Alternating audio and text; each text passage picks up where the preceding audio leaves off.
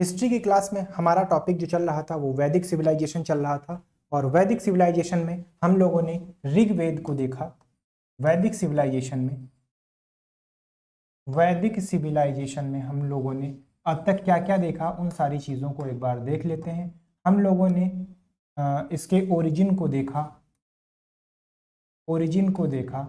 इसके time period को देखा,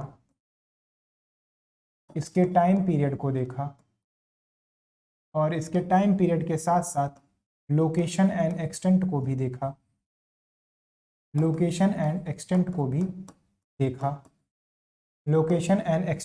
देखा, साथ में हम लोग ऋग्वेद को स्टडी कर रहे थे।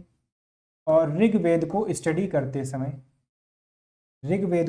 करते समय मैंने आपको बताया कि इसमें भाई 1028 सूक्त थे, और कैसे 10 मंडल थे। और मैंने आपको बताया हर एक मंडल में अलग अलग चीजें हैं। जैसे अगर मैं बात करूं तो सातवें मंडल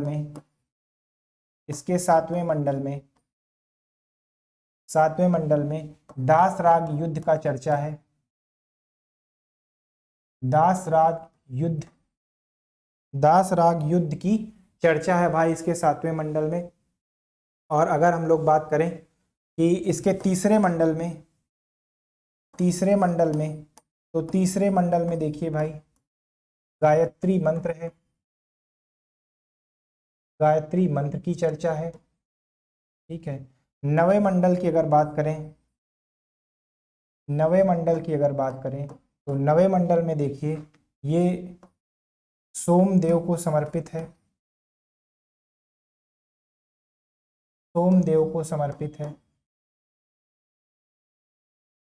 ये सोमदेव को समर्पित है। ठीक है, सोमदेव को समर्पित है। यहाँ तक हम लोग बात कर चुके थे। शायद मैंने अपने पिछली क्लास में यहाँ पर 7वें मंडल को लिखा दिया है, तो अगर होगा तो करेक्ट कर लीजिए। 9वें मंडल में सोमदेव को समर्पित किया गया है। उसके बाद अगर हम देखें जो 10वां मंडल है, 10th चैप्टर जो है, या 10वां मंडल, ऋग्वेद का जो 10वां मंडल है ये नया है, एडेड इन लास्ट। और इसमें देखिए 3 चीज की जानकारी मिलती है। एक तो है पुरुष सूक्त की जानकारी मिलती है, फिर है विवाह सूक्त की जानकारी मिलती है। इस 10वें मंडल में जो जो चीजें दी हुई हैं वो ये हैं पुरुष सूक्त और विवाह सूक्त। तो देखिए भाई ये जो पुरुष सूक्त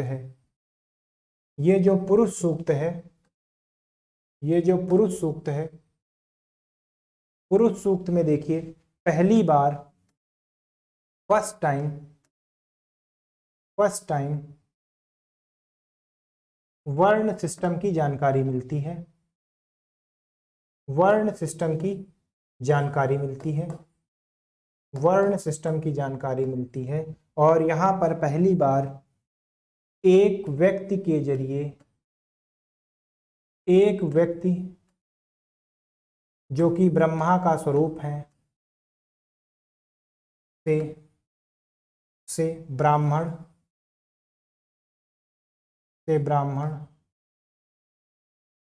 शूद्र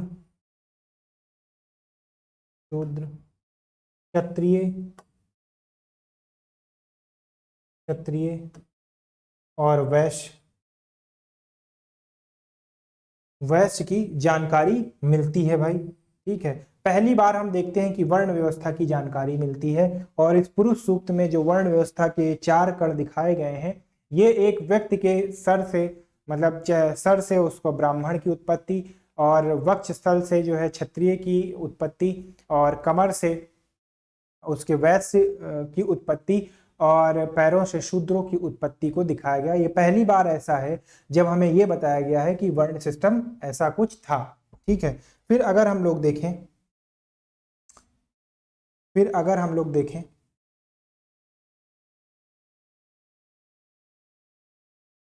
कि ये जो पुरुष सूक्त है,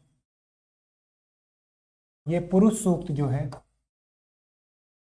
पुरुष सूक्त, ये लेटर वैदिक पीरियड में, ये लेटर वैदिक पीरियड में, लेटर वैदिक पीरियड में ऐड हुआ। ठीक है। अगर वर्ण व्यवस्था की बात करें हम, वर्ण सिस्टम की, तो वर्ण सिस्टम हमें दो तरह से देखने को मिलता है। एक हमें वैदिक टाइम में और दूसरा हमें लेटर वैदिक टाइम में, लेटर वैदिक टाइम में। ठीक है। दूसरा हमें लेटर वैदिक टाइम में देखने को मिलता है। अगर हम यहां से बात करें तो purely defines colour based on occupation,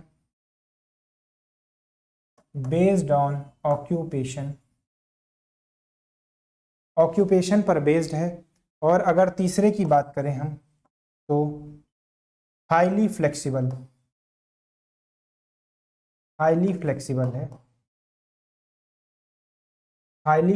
है। इसका मतलब देखिए, वैदिक समय की अगर हम बात करें तो ये कर्म पर आधारित था, कर्म पर आधारित था, ये कर्म पर आधारित था। इसका मतलब आप जैसा कर्म करेंगे आपका वर्ण वैसा हो जाएगा। वर्ण एक्चुअली सबसे पहले कलर को डिफाइन करने के लिए बनाया गया था। ठीक है, वो कलर को डिफाइन करता था। यहाँ पर एक कहानी ऐसे मिलती है जैसे कि मेरे पिता एक वैद्य हैं और मैं व्यापार करता हूँ और मेरी माँ जो है लोगों के घर में चक्की पीसती है। तो इससे हमें ये पता चलता है कि जो पिता है पिता उसके जो है वो दूसरे वर्ण को बिलोंग करते हैं, जो लड़का है वो दूसरे वर्ण को बिलोंग करता है, जो उस लड़के की माता है वो शूद्र क्लैन को बिलोंग करती हैं और ये तीनों एक ही परिवार में रहते हैं। तो इससे हमें इस बात का पता चलता है कि हो ना हो जो वर्ण व्यवस्था थी वो ऑक्यूपेशन पर आधारित थी, वो कर्म पर आधारित थी, वो जाति पर आधारित नहीं थी या वो जन्म से आधारित नहीं थी। ये वैदिक सिस्टम की बात है। और यहाँ पर अगर हम बात करें तो हाईली फ्लेक्सिबल है, क्योंकि हम कभी भी यहाँ पर क्या हो सकता था कि वर्ण को अपने अनुसार बदल सकते थे, अपने अनुसार हम बदल सकते थे। जो वर्ण है अपने अनुसार बदल सकते थे इसको। ठीक है, जो ये वर्ण है अपने अनुसार बदल सकते थे। और वहीं अगर लेटर वैदिक टाइम की बात करें तो लेटर वैदिक टाइम में देखिए क्या होता है कि ये जो प्योरली डिफाइंस कलर था, now it is purely defining caste, purely defines caste. ये जो पहले रंग को बताता था, ये पहले रंग भेद को बताता था, जहां पहले रंग भेद को बताता था, अब ये क्या बताने लगा, अब ये जाति भेद को बताने लगा, अब ये जाति भेद को बताने लगा। उसके बाद देखिए कि अब ये बेस्ड ऑन बर्थ हो गया, बेस्ड ऑन बर्थ, यानी अब क्या हो गया भाई, अब ये जन्म पर आधारित हो गया, जन्म पर आधारित हो गया, अब ये जन्म पर आधारित हो गया। मतलब अब इसका मतलब क्या हो गया कि जो ब्राह्मण कुल में जन्म लेगा वो ब्राह्मण, जो क्षत्रिय कुल में जन्म लेगा वो क्षत्रिय, जो शूद्र कुल में जन्म लेगा वो शूद्र, और जो वैश्य कुल में जन्म लेगा वो वैश्य। अब वो चाह कर भी बदल नहीं सकता है, अब वो चाह कर भी अपने क्लैन को बदल नहीं सकता है, अपनी जाति को बदल नहीं सकता है। अब ये बाउंडेशन उसके ऊपर लगा दी गई है। जबकि वैदिक सिविलाइजेशन के समय में हम देखते हैं कि ये कोई भी बंदिश हमारे ऊपर नहीं थी, हम पूरी तरीके से स्वतंत्र थे और यहाँ पर जो जाति व्यवस्था थी वो पूरी तरीके से कलर को डिफाइन करती थी। लेकिन वही चीजें लेटर वैदिक टाइम में आकर पूरी तरीके से रिजिड हो जाती हैं, यहाँ पर चीजें कट्टरवादी हो जाती हैं और समाज में हमें बहुत सारी चीजों का बदलाव देखने को मिलता है और फिर बेस्ड ऑन बर्थ हो जाता है। और अब अगर हम ये देखें तो अब ये सिचुएशन बहुत रिजिड हो जाती है, ठीक है, अब ये सिचुएशन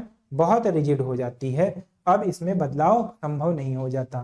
ठीक है, फिर आगे हम लोग चलते हैं और आगे देखते हैं कि हमारा जो अगला वेद है वो है यजुर्वेद। यजुर्वेद, और अगर इसकी बात करें तो देखिए इसमें 1990 हिम्स हैं, और इसकी जो थीम है वो थीम क्या है, देखिए भाई, इसकी जो थीम है वो है सैक्रिफाइस। ठीक है, सैक्रिफाइस है,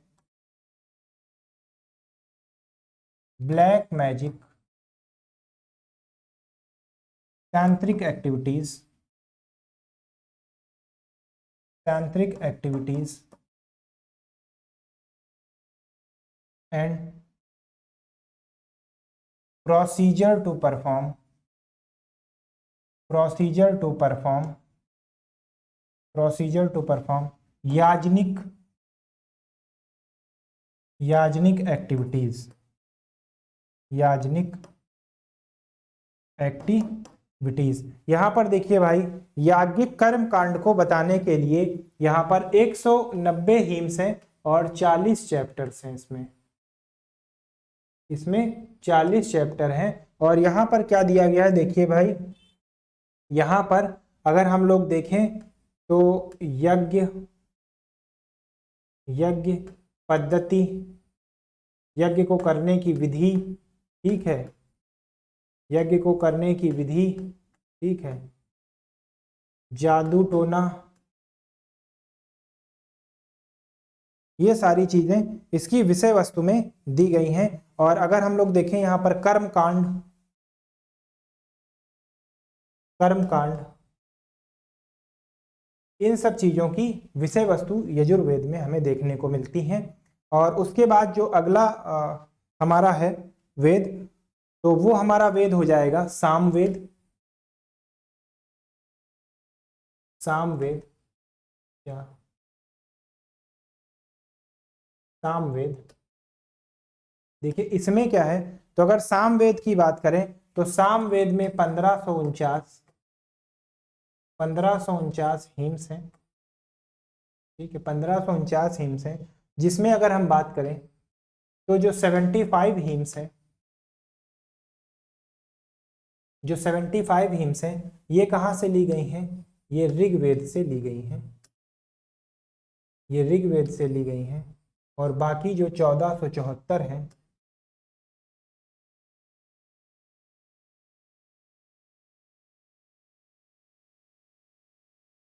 75 हिम्स जो हैं वो ओरिजिनल हैं,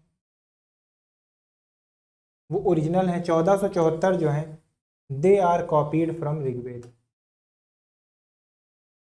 कॉपीड फ्रॉम ऋग्वेद। ठीक है, तो ये जो सामवेद है इसमें देखिए 1549 मंत्र हैं, जिसमें से 75 ऐसे हैं जो ओरिजिनल हैं और 1474 ऐसे हैं जो ऋग्वेद से लिए गए हैं।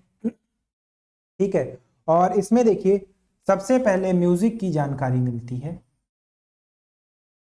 म्यूजिक की जानकारी मिलती है। ठीक है, म्यूजिक की या संगीत की जानकारी मिलती है, संगीत की। और इसमें भी सारी प्रार्थनाएं दी हुई हैं, सारी प्रार्थनाएं दी हुई हैं, सारी प्रार्थनाएं दी हुई हैं। संगीत में देखिए ये जो 7 स्वर हैं, सा रे गा मा पा धा नी सा तक, ये जो 7 सुर हैं, ठीक है, इनकी चर्चा सबसे पहले हमें यहाँ पर देखने को मिलती है। और एक चीज आपको बता देते हैं कि ऐसा कहा जाता है कि नारद ऋषि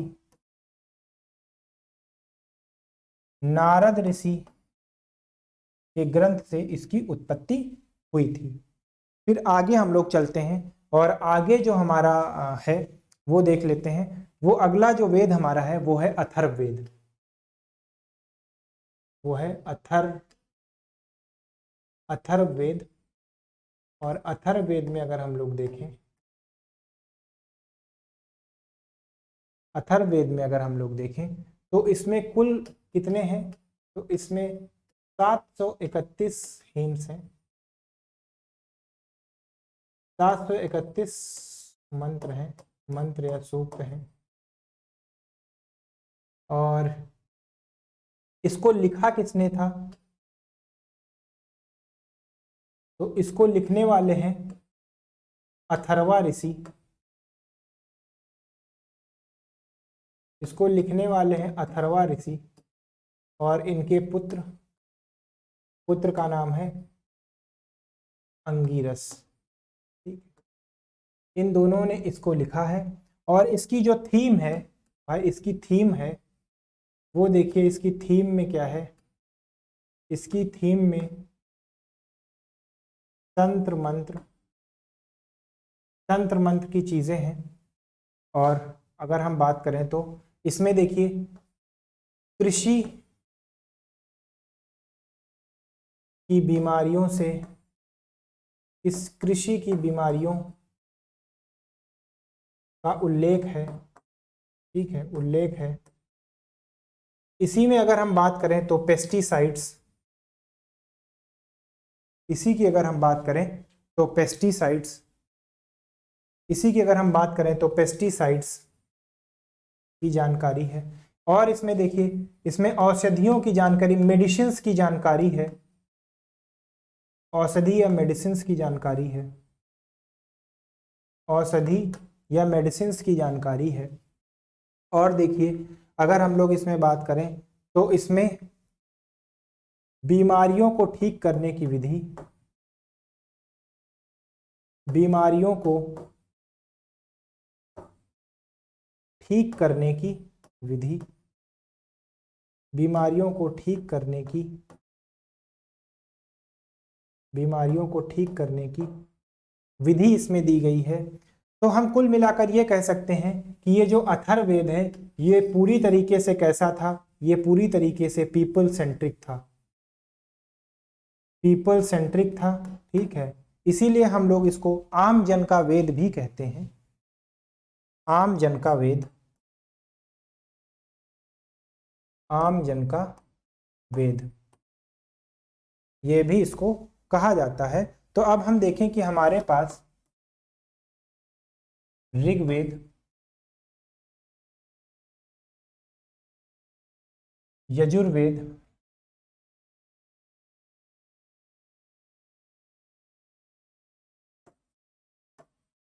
ऋग्वेद, यजुर्वेद, सामवेद और अथर्ववेद, अथर्ववेद, ये 3 वेद हो गए। तो इसमें देखिए ये जो 3 वेद हैं इनको कहा गया है वेद त्रयी, वेद त्रयी कहा गया है। ठीक है, क्यों? क्योंकि almost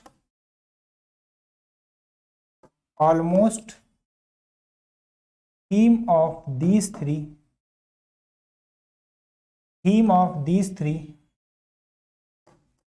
is more or less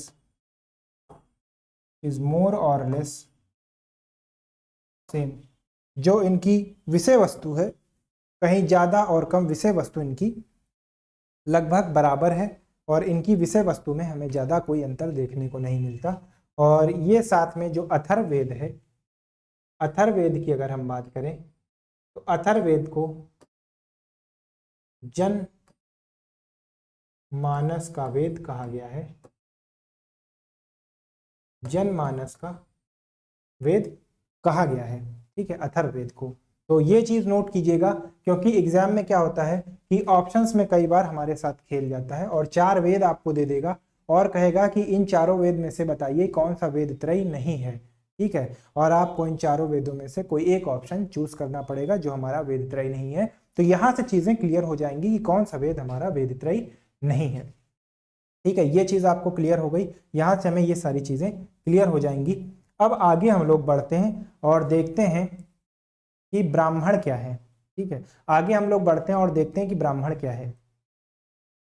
और ब्राह्मण को देखने से पहले सबसे पहले समझ लेते हैं कि आखिर भाई ये जो ब्राह्मण ग्रंथ है ये क्या है और इनकी क्या विषय वस्तु है। तो देखिए जो ब्राह्मण है, ब्राह्मण दीज आर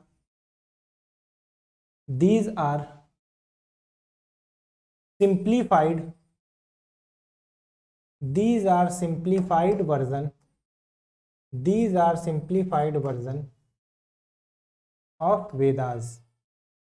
जो वेद थे वो इतनी कठिन भाषा में लिखे गए हैं कि आम जनता को उसे पढ़ने में दिक्कत होती है, या आम जनता उसको पढ़कर समझ नहीं पाता जल्दी, क्योंकि उसमें इतनी कठिन भाषा का प्रयोग किया गया है। तो वहां पर देखिए ब्राह्मण जो ग्रंथ है, ब्राह्मण एक्चुअली वेद को सिंप्लीफाई करके लिखे गए डॉक्यूमेंट्स हैं, सिंप्लीफाई करके या आसान शब्दों में लिखा गया है। तो अगर हम ब्राह्मण की बात करें तो हम ये कह सकते हैं कि ब्राह्मण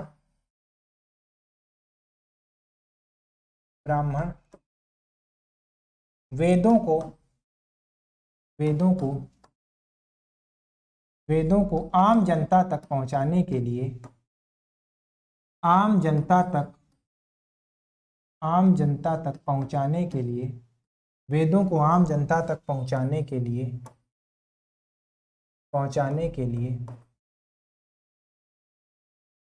सरल तरह से लिखा गया है, सरल तरह से लिखा गया ग्रंथ है। जो वेद है वो आम जनता तक पहुंचाने के लिए सरल तरह से लिखा गया ग्रंथ है। ये हमारे वेद हो जाएंगे, ये हमारे ब्राह्मण हो जाएंगे। और फिर एक आता है अरण्यक। तो अगर अरण्यक की बात करें, अरण्यक या व्हाट आर अरण्यक्स, तो अरण्यक की बात करें तो देखिए यहां पर अरण्यक से एक चीज निकल कर आता है अरण्य।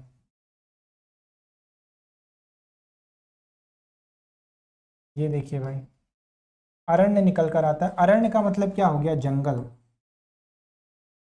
अरण्य का मतलब होता है जंगल या वन, ठीक है। तो अरण्य क्या है? देखिए जो ऋषि मुनि हुआ करते थे भाई, ऋषि मुनि ये क्या करते थे कि जंगलों में गूढ़ बातों को और रहस्यों को जानने के लिए जाया करते थे। तो ऋषि मुनि जंगल में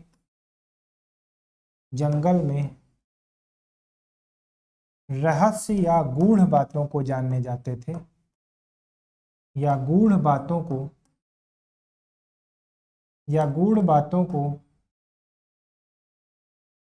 जानने जाते थे, रहस्य या गूढ़ बातों को जानने जाते थे। उन्हीं को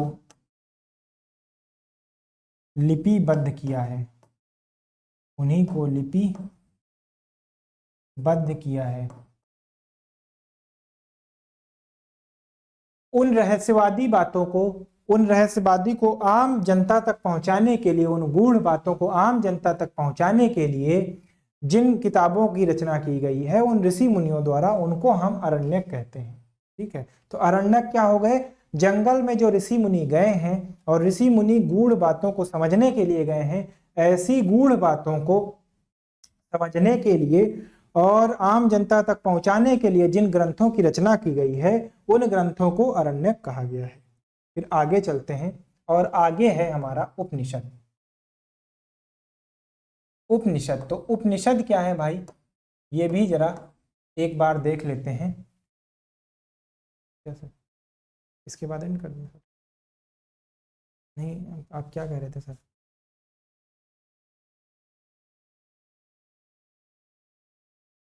मैंने बस अभी ड्रॉप करके दूसरा शुरू किया है, जब आपने देखा था बस तभी शुरू ही किया था। वो वाला टॉपिक पूरा हो गया है? हाँ मैं हटा दूंगा, ऐड कर दूंगा। ये बीच में आप काट दीजिएगा, जो ये कन्वर्सेशन इसको काट दीजिएगा, ये टॉपिक है। वो तो मैं